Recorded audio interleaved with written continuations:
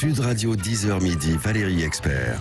Médias. Les médias, les débats, bonjour à toutes et à tous. Bonjour Gilles Bonjour Panzman. Valérie, je suis contente de vous voir en vrai. Oui, petit Je suis de Covid est retour. passé par là. Bah oui, Hein. que voulez-vous? Bonjour Marina Carrère-Dancos, on a invité un médecin pour votre retour. Non, il a l'air très bien. Il a l'air Oui, bien. je vais bien. Docteur, il va bien.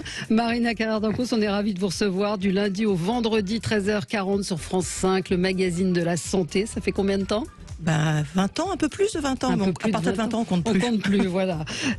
Vous êtes ici pour nous parler de ce magazine de la santé qui a été, comme on dit dans les magazines féminins, repimpé à la rentrée, avec un nouveau décor, des nouveaux chroniqueurs.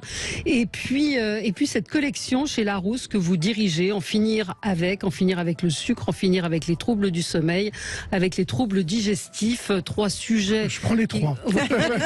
Je lis les 3. Ah bon, très bien. Manque en finir avec les troubles du mal de dos, qui est aussi un des grands sujets. Mais vous allez nous raconter un petit peu ce que vous avez voulu faire avec cette collection. Et puis, on va passer à la question du jour. Gilles. La question du jour, alors on a beaucoup hésité avec la question du jour avec Valérie, parce qu'on s'est demandé pourquoi le Covid avait disparu des médias. Il a disparu parce qu'il y a quand même beaucoup moins de cas, parce que les cas sont moins graves, que beaucoup de gens sont vaccinés, en tout cas en France, et que l'Ukraine et les élections présidentielles ont quand même pris le dessus. Aujourd'hui, là, effectivement, c'était quand même nécessaire. Et quand vous voyez les bains de foule d'Emmanuel Macron et de Marine Le Pen sans masque, sans rien, vous n'êtes pas inquiète? Non, je suis pas inquiète parce que très honnêtement, chez les gens qui sont bien vaccinés, il y a encore des cas effectivement sévères, mais il y en a quand même tellement moins qu'à un moment, on est un peu obligé de reprendre une vie normale à partir du moment où chez nous, la pression quand même a baissé. Oui, et qu'il y a plus de Covid pratiquement en réanimation en tout cas. Voilà, exactement. Donc, il faut reconnaître que la pression a baissé. C'est pas le cas dans tous les pays. Par exemple, en Chine, c'est pas le cas. En France, ça l'est. Ouais. Et du coup, la question, c'est pas du tout celle-là. La question, c'est trouvez-vous la presse trop partisane dans cette élection? Vous allez en avoir un extrait dans mon zapping, Valérie. Mais c'est vrai que le Parisien ou Le Monde ont pris fait et cause pour Emmanuel Macron. Et c'est la question qu'on vous pose. La presse est-elle trop partisane? Vous pouvez répondre sur le compte Twitter de Sud Radio ou bien sur le compte de YouTube de Sud Radio. Pour l'instant, vous nous dites oui à 98% et non à 2%. Ça vote beaucoup et ça parle beaucoup sur le site de Sud Radio. Bon, on va passer au zapping. Sud Radio 10h midi, Média, l'instant zapping. Pendant que Marine Le Pen se repose avant le grand débat de demain, Emmanuel Macron en a profité pour faire 2 talk-shows hier soir, Valérie, quotidien, enregistré, où cette phrase, évidemment, qui s'absout de toute responsabilité sur le fait que Marine, excusez-moi, que Marine Le Pen, non, c'est pas la même chose, que Marine Le Pen soit au 2e tour, ça fait bondir les réseaux sociaux. Si Marine Le Pen est élue le 24, c'est une option à prendre en compte. Ce sera la faute de qui? Des Françaises et des Français. Enfin, vous me faites rire, c'est la démocratie. C'est un choc. Pas de vous, pas d'autocritique. Si demain, c'est pas votre image qui apparaît à 20h. Moi, je me bats. Donc d'abord, moi, je suis jamais dans la politique fiction.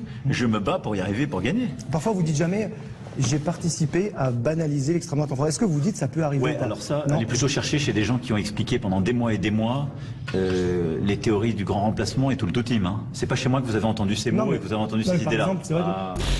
Il était donc aussi dans C'est à vous, en direct, Emmanuel Macron. Alors, c'était pas la même ambiance qu'avec Jordan Bardella, parce que Jordan Bardella, ça a été très violent dans C'est à vous. Là, on était dans la bonne humeur, la gaudriole. Il y a même eu Bertrand Chameroy qui s'est moqué à la fin de cette photo, vous savez, du président velu comme un routier portugais.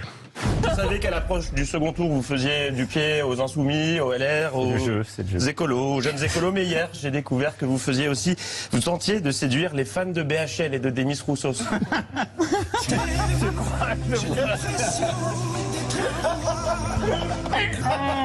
Ma question est simple. Pourquoi Il est très très chaud à Marseille, comme vous l'avez vu. Il y a des moments où... Mais vous l'avez validé. J'ai validé sans doute la série. Celle-là est passée un peu les gouttes. Un peu vite. Ça vous plaît, les poils arabes? Non, cette question-là. J'ai demandé si elle avait vu la photo. Marina Carrère-Dancos, vous l'avez vue? J'ai vu la photo, effectivement, et j'ai été étonnée. Oui, moi aussi. Ouais. C'est incroyable. Ça vous plaît, un homme poilu comme ça? Écoutez, ça, je vais garder ça pour moi, si vous voulez bien.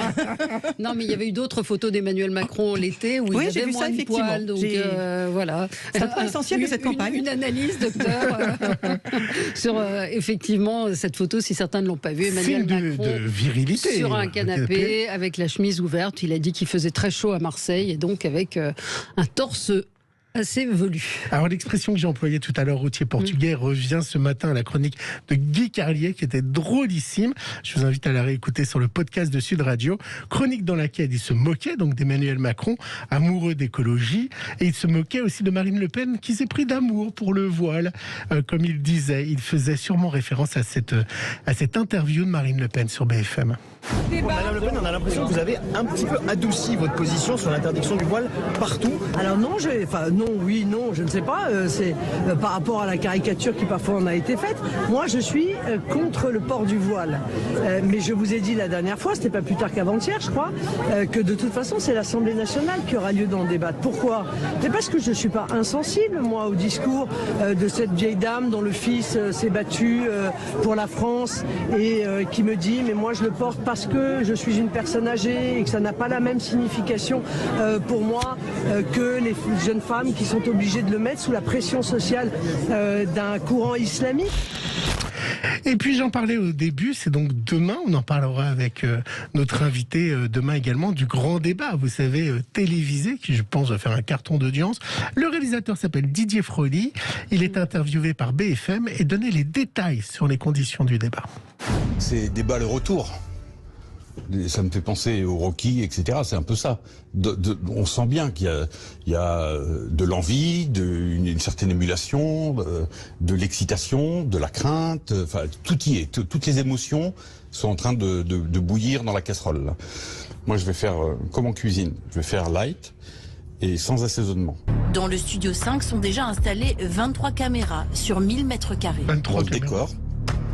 Les deux candidats se font face, il y a bien sûr 2 journalistes, mais les journalistes sont à un desk et les 2 candidats sont à un desk, chacun à leur petit bureau et pas une grande table. Combien de distance entre ces 2 desks ? 2,50 m entre les 2 candidats, pas entre les 2 desks.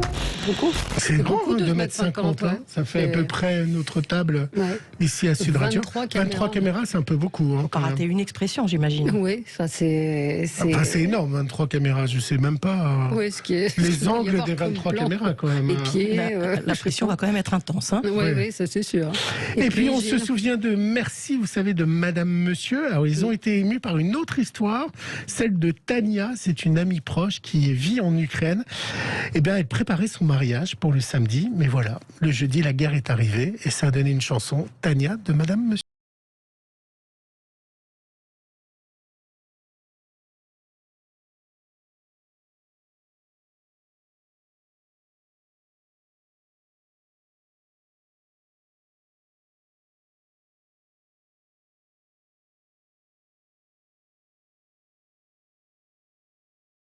Ça sort aujourd'hui, très bien. On n'a pas tout à fait les mêmes goûts musicaux avec Gilles, mais moi j'ai écouté, je trouvais que c'était très joli. Oui, mais c'est joli. Mais pour une fois, c'est ce que j'allais dire. Ça vous touche. Oui, c'est joli. Je vois si j'étais un auditeur très critique, je trouverais que vous avez mis les couleurs de l'Ukraine. Ah oui. Le jaune et le bleu. Vous avez vu comment je peux mais c'est un bleu un peu plus ciel, celui de l'Ukraine. Vous regardez la télévision, Marina Karadankos? Pas beaucoup en fait. Je regarde les infos le matin parce qu'il faut quand même que je me tienne un peu au courant de ce qui se passe. Vous regardez à la télé plutôt qu'à la radio? Mais le problème c'est que la radio, comme souvent les voix sont assez agréables, en fait ça me berce et j'écoute pas. J'arrive pas à me concentrer. Moi la télé ça m'endort. Oui, moi non, pas du tout. Donc en général j'écoute les infos le matin à la télévision et sinon oui je regarde des docs surtout. Ouais. Pas les plateformes, vous n'êtes pas une binge. Non, le problème c'est des séries, je regarde que des mini-séries. Ouais. Parce qu'en fait, si je regarde les séries longues, je lis plus. Ouais. C'est vraiment un choix à faire. Vous aimez beaucoup lire et nous partageons un être cher qui est Gérard Collard. C'est ça, nous le partageons. Il est chez vous dans le journal de la santé et sur Sud Radio le vendredi. Le magazine de la santé tous les jours, donc 13h40 sur France 5. On peut quand même, vous êtes là pour parler de cette nouvelle collection de livres que vous dirigez chez Larousse, en finir avec le sucre, en finir avec les troubles du sommeil et les troubles digestifs. Mais le journal de la santé, ça reste aujourd'hui, c'est un monument, peut-être qu'on peut le dire comme ça, à la télévision, une émission avec une longévité assez incroyable. Oui, effectivement, et on est arrivé à se maintenir bien depuis tellement d'années sur France Télévisions, parce que c'est une émission qui est passionnante à faire, comme on a toujours, je crois, de l'enthousiasme l'enthousiasme à la faire. Moi, j'ai l'enthousiasme à la présenter tous les jours. Et on trouve des sujets depuis 20 ans qui, pour se renouveler. Oui, bien sûr. Oui. Bien sûr, de toute façon, si on parle par exemple du diabète, il y a 200 façons d'aborder le diabète. Et en plus, quand même, en 20 ans, on a fait des découvertes incroyables. Donc, la santé se renouvelle en permanence. Et puis surtout, la santé au sens large. Et c'est ça qui intéresse aujourd'hui les Français. Qu'il s'agisse de la prévention, qu'il s'agisse du côté sociétal, du côté économique, du côté politique. La santé, c'est tellement large. C'est la vie des Français. Et ça les passionne. Maintenant, ils veulent rester en bonne santé. Ils veulent pouvoir prendre en main leur santé. Donc, bien sûr qu'on a des sujets, mais c'est pas ça le problème. Ouais, c'est quoi le problème? Non, je veux dire, c'est pas, on n'a pas de problème, mais c'est en tout cas pas de problème. Avec le recul, est-ce que au magazine de la santé, vous avez vu venir le Covid? Je vois pas comment on aurait pu voir venir le Covid. Je veux dire, les pandémies, on en a déjà eu. Moi, ça fait quand même bientôt 30 ans que je suis médecin. Je ne connaissais que l'épidémie de sida comme épidémie vraiment nouvelle qu'on avait vécue, mais qui n'avait rien à voir. Et c'est la première fois qu'on avait une nouvelle pandémie complètement inconnue. Bien sûr, de temps en temps, il y avait des coronavirus qui apparaissaient, qu'on ne connaissait pas. Bon, ça se limitait comme ça. Ensuite, on a été, comme tout le monde, on a été observateur. Assez inquiet assez rapidement quand même, parce que ça se propageait quand même assez vite. Voilà. Ensuite, on a mis en place tout ce qu'on pouvait pour faire de l'information ciblée sur cette épidémie, d'autant qu'on n'a jamais arrêté l'émission et qu'on l'a maintenue pendant toute cette pandémie. Mais ça pouvait arriver n'importe quand. C'était impensable à prévoir. Vous informiez au quotidien sur, vous lisez beaucoup. Oui, comment vous vous préparez justement sur un sujet comme le Covid? C'est-à-dire que vous lisez des études. On lit des études. On a nos journalistes qui sont extrêmement bien formés, plus quelques médecins dans l'équipe, et on suit évidemment au jour le jour. Maintenant, en plus, Jimmy Mohamed, qui est médecin, nous a rejoint, qui lit aussi toute l'actualité médicale, et on suit de manière à savoir s'il faut qu'on en parle plus, moins, qu'on affole pas, qu'on informe. C'est toute une politique à mettre en place. Et quand l'hydroxychloroquine arrive dans le débat, quelle est la position du Journal de la Santé? Comment on gère un médecin? Puisque vous avez plein de médecins au plateau, et puis il y a un médecin qui dit, moi j'ai trouvé quelque chose qui pourrait peut-être améliorer. Comment vous gérez ça? Une position, elle a toujours été très claire, et c'est pas la mienne. Je veux dire, si je la défends, c'est une position générale de l'équipe. Nous, on a voulu, face à quelque chose qui était quand même extrêmement anxiogène, extrêmement grave, il y a quand même eu suffisamment de morts en France pour qu'on ne parle pas de choses légères. On a voulu ne donner que des informations vérifiées. C'est-à-dire qu'on n'a pas effectivement invité le professeur Raoult, que j'ai suivi depuis bien longtemps et qui était un grand chercheur, qui est un homme tout à fait respectable. On n'a jamais voulu l'inviter. Pour une raison simple, c'est qu'on a voulu inviter que des personnes qui parlaient d'études qui étaient scientifiquement validées. Voilà, cette étude-là n'était pas scientifiquement validée. On suivait effectivement ces résultats, on suivait ce que ça donnait, on suivait ces différentes interventions, mais on n'a pas voulu rentrer dans une polémique, on n'a pas voulu faire de buzz à ce propos, parce qu'on a considéré que nos téléspectateurs avaient le droit d'être informés uniquement avec des choses parfaitement validées. Comment vous avez reçu beaucoup de courriers, j'imagine, de gens qui vous reprochaient cette position, ou pas tellement? On a reçu un peu, pas beaucoup. On parlait de l'hydroxychloroquine, bien sûr, parce que c'était un sujet d'information important pour expliquer pourquoi ça pouvait être intéressant, où on en était des études exactement, est-ce qu'il fallait le prendre ou pas quand les gens étaient tentés. Ça, évidemment qu'on l'a fait, c'est de l'information normale. Ensuite, inviter un homme qui était à l'occasion d'une polémique et qui effectivement servait essentiellement à faire du buzz, ça n'a pas été notre politique pendant toute cette pandémie. On a invité, alors peut-être des gens effectivement qui faisaient moins d'audience, je sais pas, mais ça n'a pas été notre politique parce qu'on a trouvé que la crise était trop grave pour ça. Vous n'avez pas reçu de menaces personnellement pour avoir invité certains ou avoir... Je n'ai reçu aucune menace d'aucune sorte, et plutôt on a été félicité par les téléspectateurs sur la façon dont on a choisi, nous, de traiter cette crise. Mais c'était une période folle pour les médecins. Pour des médecins, pour des journalistes, pour les journalistes aussi. Moi, j'ai vécu quelque chose honnêtement... intellectuellement et humainement qui a été inimaginable. En plus, j'étais toute seule à tenir cette émission pendant les 2 mois du confinement, sans invité en plateau, parce que de toute façon, on n'avait personne, tout le monde était en Skype, sans personne pratiquement sans cadreur, sans personne. Ça a été un moment, mais inimaginable, en même temps passionnant, très angoissant quand même, parce que savoir ce qu'il faut dire et pas dire, c'est une responsabilité qui est importante, même si toute l'équipe, bien sûr, était avec moi, mais aussi parce qu'on était tous concernés par des proches qui étaient malades. Ça a été une époque qui était quand même, ces 2 mois de confinement ont été une époque impressionnante. On va parler de cette collection, donc chez Larousse, donc vous n'êtes pas l'auteur de ces livres, ce sont des journalistes qui collaborent ou qui ont collaboré avec vous. C'est une collection En finir avec le sucre, En finir avec les troubles du sommeil, en finir avec les troubles digestifs. J'imagine qu'il y en aura d'autres. Oui, bien sûr. Il y en a d'autres qui arrivent. Parce qu'il y a beaucoup de sujets de préoccupation. Pourquoi ces 3 premiers thèmes, le sucre en particulier, le sommeil, on sait que ce sont des cartons d'audience à chaque fois qu'on traite de ce sujet, les troubles digestifs aussi. Pourquoi avoir choisi ces 3 premiers sujets? On s'est rendu compte, nous, avec les émissions qu'on fait le soir sur les enquêtes de santé, que le sucre était manifestement quelque chose qui était préoccupant, mal connu. Effectivement, qu'il y avait énormément de questions et les spectateurs posaient des questions auxquelles moi j'aurais même pas pensé, qui sont très pertinentes et qui est rien que par exemple les faux sucres, les gens ne savent pas du tout si c'est bien, pas bien. Oui, donc il y a eu des polémiques, cancérigènes, pas cancérigènes. On s'est dit effectivement etc. C'était un sujet important et c'est peut-être encore majoré par cette crise du Covid. Les gens ont vraiment découvert qu'ils voulaient rester en bonne santé et qu'ils étaient vraiment partie prenante dans leur santé, qu'ils étaient plus obligés de subir, de manger n'importe quoi, de faire n'importe quoi et qu'on pouvait... Bien sûr, on est inégaux génétiquement, on est inégaux sur plein de choses, mais on peut quand même, en mettant toutes les chances de notre côté, vivre au mieux toutes les années qu'on vit. Et donc les gens ont décidé de s'intéresser à leur santé. Il y a des choses qui leur paraissaient pas du tout évidentes. L'alimentation, ça devient vraiment un sujet absolument essentiel. Donc, et le sucre, les graisses, toutes ces choses-là qui sont pas des choses bien connues, et ben les téléspectateurs avaient des questions essentielles et on a essayé justement d'en faire un livre. Alors comment elle se présente cette collection? Comment est-ce que vous avez décidé d'aborder justement avec Larousse qui est qu'on connaît pour les encyclopédies des livres pratiques, quel est l'axe que vous avez décidé de choisir pour cette collection? C'était un peu justement à partir des questions qu'on recevait qu'on a un peu décidé d'angler les livres. Il fallait évidemment remettre les choses au point, donc donner de l'information au maximum. Comprendre et agir. Voilà, exactement. Donc effectivement, mais pour agir, il faut effectivement comprendre, donc donner un maximum d'explications les plus simples et les plus honnêtes possibles, pour pouvoir ensuite donner des clés, des conseils pour que les gens puissent s'en saisir de manière simple, facile. Et le sucre, c'est vraiment dangereux? Non, le sucre n'est pas dangereux. Un abus de sucre ou les mauvais sucres sont dangereux. Identifier les dangers du sucre, se libérer de l'addiction, retrouver une alimentation équilibrée. Oui, mais c'est une addiction, le sucre. C'est une addiction, le sucre, bien sûr. Et nous, notre idée, c'est jamais de priver les gens, c'est jamais de vivre une vie triste et morne.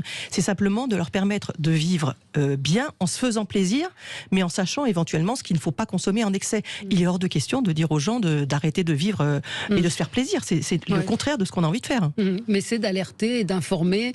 La même chose sur les troubles digestifs. Donc il y a comprendre ce qu'est le système digestif, optimiser son hygiène de vie, parce qu'évidemment on retrouve cette préoccupation du quotidien et de se prendre en main et puis retrouver une digestion légère et apaisée, c'est possible. Mais oui, on n'a pas, vous savez, on n'a pas de recette miracle. Si on en avait, on l'aurait fait breveter depuis longtemps. On fera jamais mieux que se bouger et manger sainement. Il n'y aura pas d'autres choses. Et évidemment, faire les dépistages qu'on peut faire, les vaccins qu'on peut faire, voilà, mettre toutes les chances de son côté. Mais c'est simplement qu'en fait, il y a tellement d'informations médicales aujourd'hui que les gens sont un peu perdus, des informations qui vont un peu dans tous les sens. Donc voilà, on a voulu mettre les choses à plat avec des bons experts, avec des gens qui disent des choses vraies, et ensuite on donne les clés. J'imagine que les clés, c'est pas des médicaments. C'est des médicaments quand il faut, quand il y a des maladies, mais la base d'une hygiène de vie saine, c'est surtout pas des médicaments. C'est effectivement avec ce qu'on trouve dans le quotidien, se faire du bien. C'est bien sûr pas des médicaments. Par exemple, quand on a du reflux gastrique, on fait comment Si c'est un vrai reflux gastrique, il faut prendre un médicament, bien sûr. Nous, notre idée, c'est vraiment de dire, vous allez consulter. Si ça passe pas au bout de 3 semaines, vous allez consulter. S'il y a quelque chose de médical et qu'il faut un médicament, vous le prenez, bien évidemment. Vous faites ce que vous dit votre médecin. S'il n'y a pas de choses médicales, et bien dans ce cas-là, on va vous expliquer comment ne pas dormir complètement allongé, comment vous redresser un petit peu. Enfin, des conseils de base. Il n'y a rien d'absolument pas boire certaines choses, pas manger certaines choses. Mais on va surtout pas dire n'allez pas voir votre médecin. Contentez-vous de suivre des conseils d'hygiène de vie. Comment vous intervenez dans cette collection? Je relis. Évidemment, il y a votre caution qui est Je relis, là. je vérifie que je ne repère pas, moi, d'erreurs, ce qui a été écrit ou de choses qui seraient difficiles à comprendre. Et puis voilà, je fais les préfaces de chaque livre et j'en assure effectivement la caution. Le débat présidentiel, il est énormément sur le pouvoir d'achat.